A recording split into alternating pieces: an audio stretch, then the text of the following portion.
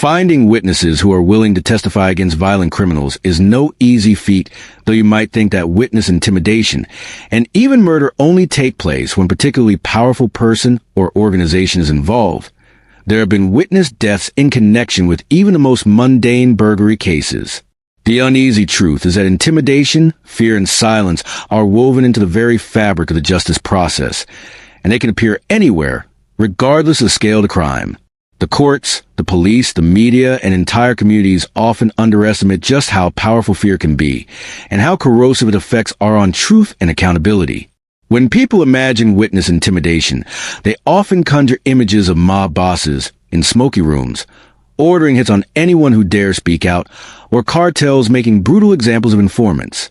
Hollywood has cemented that idea in the public imagination. But the real world tells a different story, one in which even a teenager caught breaking into a neighbor's shed can generate enough menace, whether through themselves or their associates, to silence the one person who can confirm the details to a jury. Violence does not need to be grand or spectacular to be terrifying. Sometimes it is a potential, the implied, the whispered threat that changes everything. Think of the typical burglary case. A person is seen breaking into a home, perhaps stealing electronics or jewelry, and then slipping away. A neighbor sees it happen. Police arrive later, gather evidence, and the suspect is charged. The trial seems straightforward. The neighbor testifies, the jury believes him, and the guilty party is punished. But in practice, something far more complex unfolds.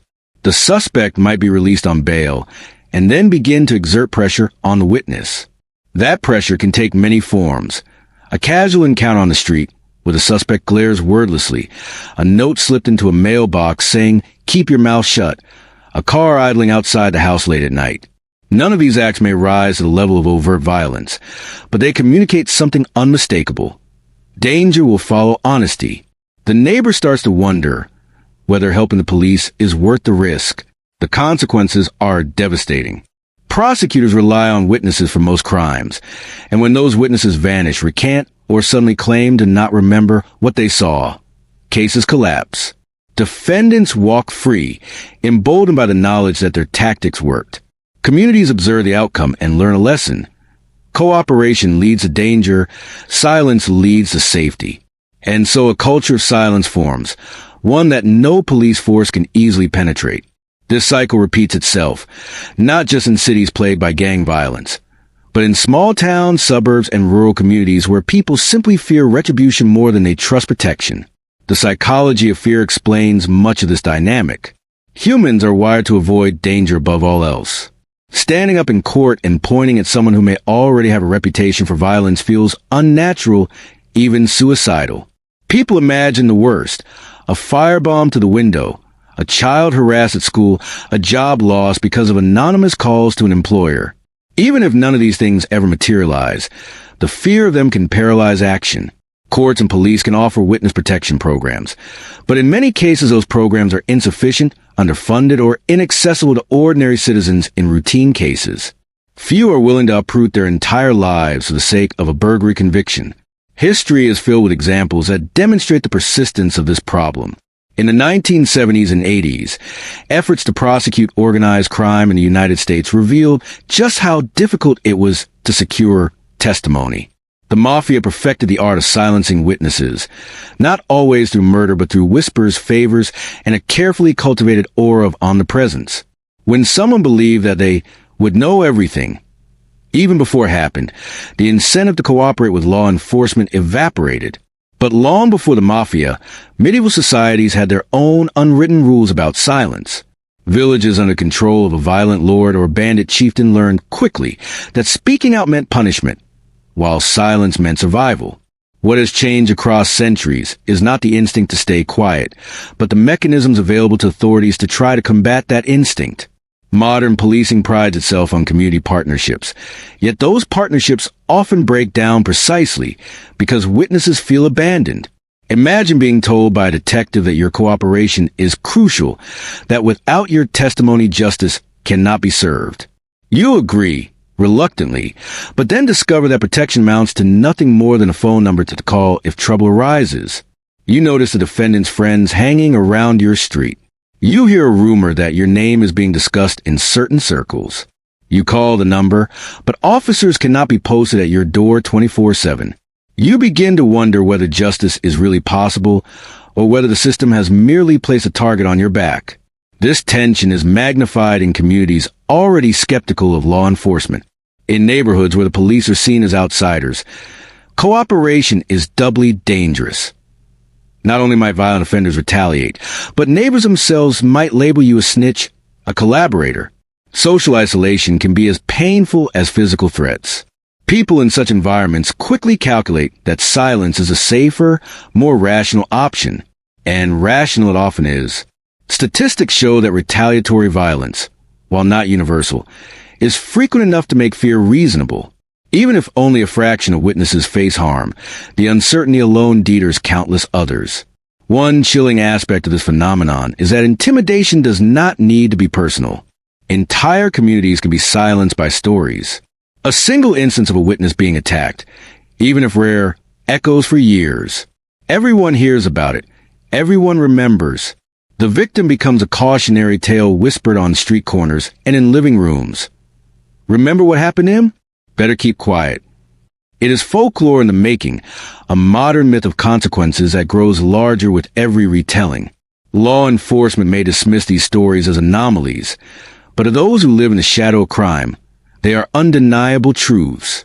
The judiciary has attempted to address these challenges through anonymous testimony, video links, and special measures to shield witnesses. Yet these solutions carry their own complications.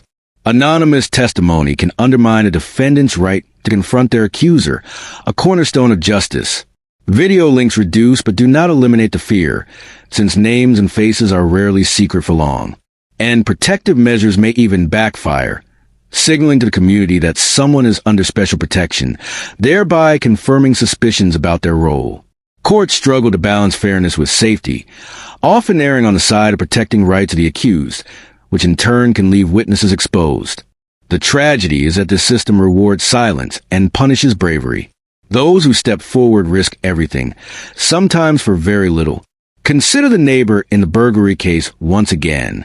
If they testify, they may endure months of anxiety, risk retaliation, and face hostility from acquaintances. If they remain silent, nothing happens. The system does not penalize silence. In fact, silence is rewarded with safety and a return to normal life. Justice becomes a burden carried only by the courageous few, while the majority learn to watch from the sidelines. For societies built on the principle of rule of law, this is corrosive. Law becomes an abstraction, something that exists on paper but not in practice. Communities begin to internalize the lesson that real power belongs not to courts but to those who can instill fear.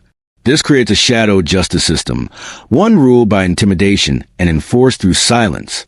Once established, such a culture is exceedingly difficult to dismantle. Generations grow up understanding that survival depends not on cooperation with the state, but on avoidance, neutrality, and keeping one's head down. It is tempting to think that more severe punishments for intimidation might solve the problem. Legislators often propose harsher penalties for tampering with witnesses, mandatory minimums, and longer sentences. But the deterrent effect of these measures is limited. Intimidators rarely believe they will be caught. And when witnesses are already too frightened to report intimidation, detection rates remain low.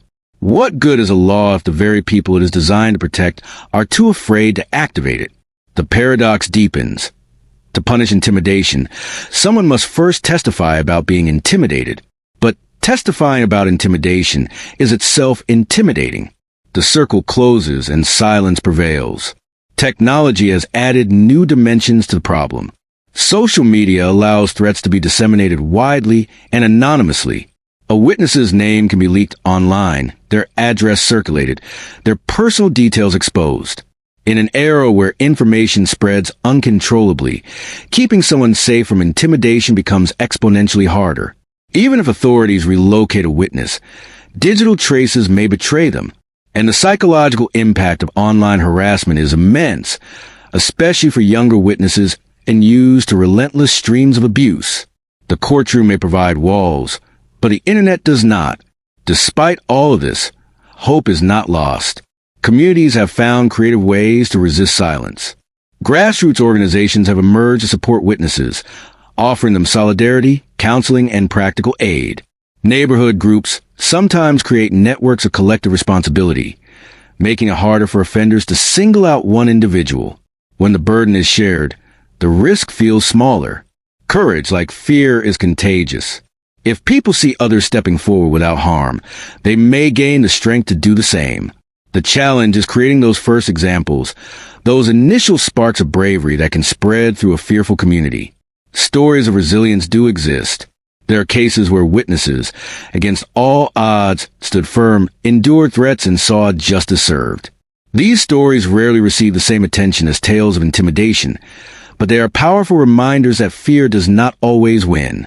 In some jurisdictions, specialized witness protection units have been able to genuinely safeguard individuals, giving them new lives, new identities, and a chance at safety. Yet these programs are expensive and cannot be applied to every burglary, assault, or robbery case.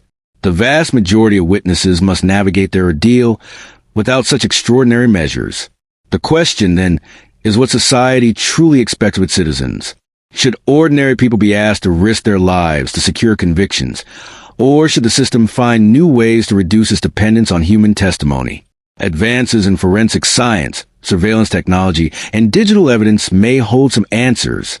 DNA, fingerprints, CCTV footage, and electronic trails can sometimes substitute for witness accounts, but they cannot replace the human eye entirely. Someone must still confirm, interpret, and contextualize the evidence. For all its flaws, eyewitness testimony remains central to justice. If the reliance on witnesses is inevitable, then the culture around testimony must change. Society must learn to honor and protect witnesses as it honors soldiers or first responders. These are individuals who put themselves at risk for the collective good. They should not be left alone to bear the burden. Public recognition, tangible support, and systemic safeguards are needed. Witnesses should know that when they step forward, they are not isolated but part of a larger fabric of civic duty, upheld by the state and respected by their peers. Without such changes, the grim reality will persist. Intimidation works, and as long as it works, it will continue to be used. Whether in cases of organized crime, domestic violence, gang disputes, or petty burglaries, the tactic is effective because it exploits the most basic of human instincts: survival. To break that cycle, society must offer something stronger than fear, something that reassures witnesses that survival and justice are not mutually exclusive. Every time a case collapses due to witness silence, a message is sent. That message reverberates through communities, whispering that truth is fragile and justice conditional. Every time a witness stands firm despite intimidation, another message is sent, one that says courage is possible and justice achievable. The struggle between these two messages defines the everyday reality of countless legal systems around the world. And in that struggle, silence remains both a shield and a prison, offering safety in the short term but eroding the foundation of justice in the long run. The task of breaking this cycle is monumental, but it is not impossible. It begins with acknowledging the problem in all its scope, that intimidation is not limited to sensational mafia trials or cartel wars, but extends to the smallest of crimes. That fear does not discriminate between high-profile informants and ordinary neighbors. That silence, though rational, is corrosive to society's core. Only by facing this reality can systems evolve.